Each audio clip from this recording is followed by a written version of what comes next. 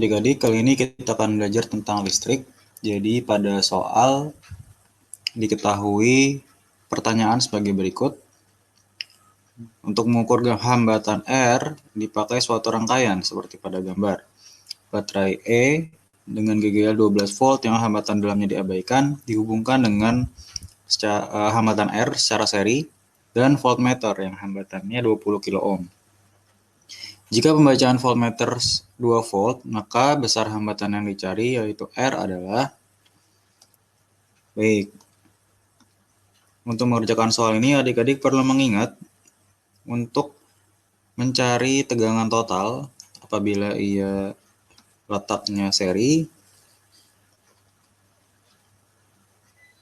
maka adalah V1 tambah V2 tambah V3 dan seterusnya. Jadi kalau seri dia ditambah secara langsung. Ini maksudnya apabila ada hambatan ya, hambatan yang dia tersusun seri, maka hambatan tegangan totalnya adalah dijumlahkan langsung. Kita akan gambar ulang untuk rangkaian listriknya supaya lebih jelas. Jadi gambarnya seperti ini ya. Pertama, kita pahami dulu pada soal, jadi baterai dengan GGL 12 volt itu merupakan tegangan total, V total. Sementara voltmeter adalah V1. Jadi kita misalkan dulu, V total atau tegangan total adalah tegangan GGL.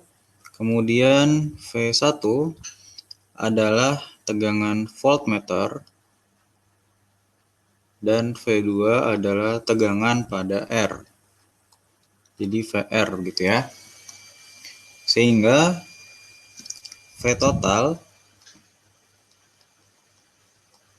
sama dengan V1 ditambah dengan V2. Maka untuk mencari V2 adalah V total dikurangi dengan V1. V total adalah 12 volt dikurangi V1, V yang terbaca adalah 2 volt. Maka V2 adalah 10 volt. Inilah V pada R. Jadi V2 atau VR ya, itu adalah 10 volt.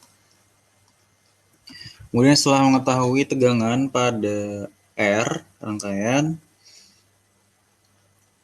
kita akan menggunakan perbandingan untuk menentukan hambatan pada R.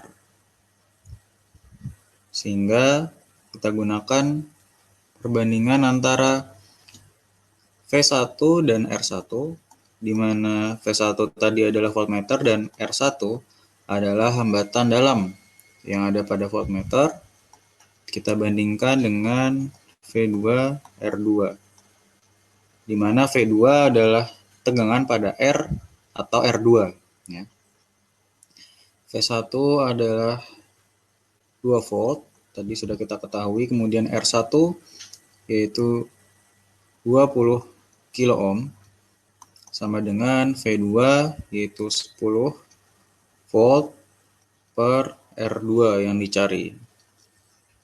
Sehingga 2 kali R2 sama dengan 200 kilo ohm.